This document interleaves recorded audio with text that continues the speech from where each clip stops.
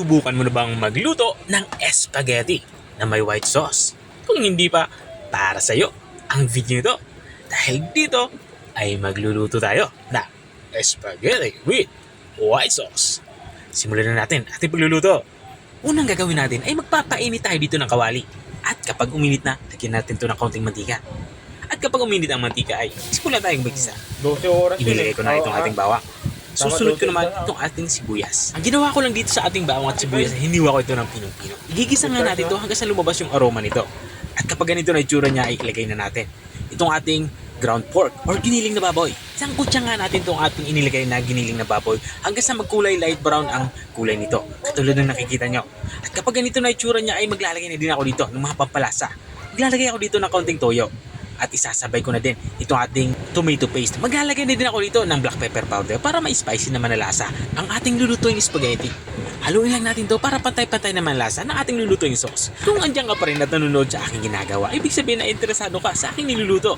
Baka pwede mo naman comment kung taga-saan ka para alam ko kung hanggang saan umabot ang aking video. Balikan natin itong ating nilulutong sauce. Ito nga sa parte ito ay inilagay ko na nga itong ating hiniwang hotdog. Pailalim lang natin to para mabilis itong maluto.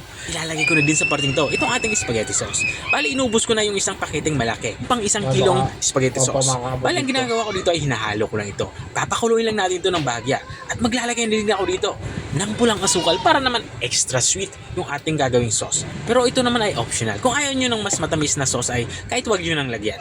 At dahil nga nakukulangan ako sa paminta na aking inilagay kanina, nagdagdag din ako dito ng kaunting black pepper powder saka ko ito hinalo. Pakuluin lang natin to at kapag kumulo na ay ibig sabihin ay luto na ito.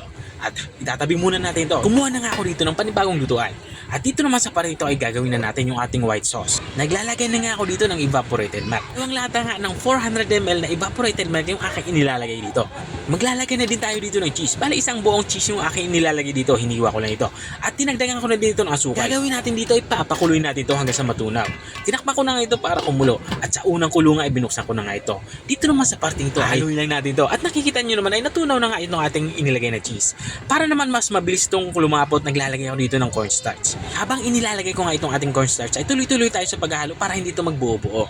At papakuluin natin ito hanggang ma-achieve natin yung ganitong itsura. Kapag ganito na itsura niya, sobrang lapot na ito, ay pwede natin itong hanguin. Balikan nga natin itong ating pinalamig na spaghetti sauce. At dahil nga malamig na ito, ilagay na natin itong ating pasta. Bali, 1 kilong pasta nga yung aking inilalagay dito. Haluin lang natin to para lahat ng ating pasta mabalot o makot nitong ating ginawang sauce. At kapag nabalot na ito lahat ng ating ginawang sauce, katulad ng nakikita nyo, pwede na natin ilagay itong ating ginawang white sauce. Dito nga inilalagay ko na itong ating white sauce. Bali, ang gagawin ko lang dito ay papaibabaw ko lang ito. Ibuhos na natin ito lahat. Mas maraming white sauce, mas masarap. At ito na nga yung ating spaghetti with white sauce.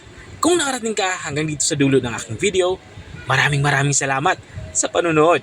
At kung nagustuhan mo naman yung bago nating recipe ibinahagi, baka pwede mo naman ito i-share. O siya, hanggang dito na lang ako. Kita-kita ulit sa mga susunod kong mga videos. Paalam! Bye-bye!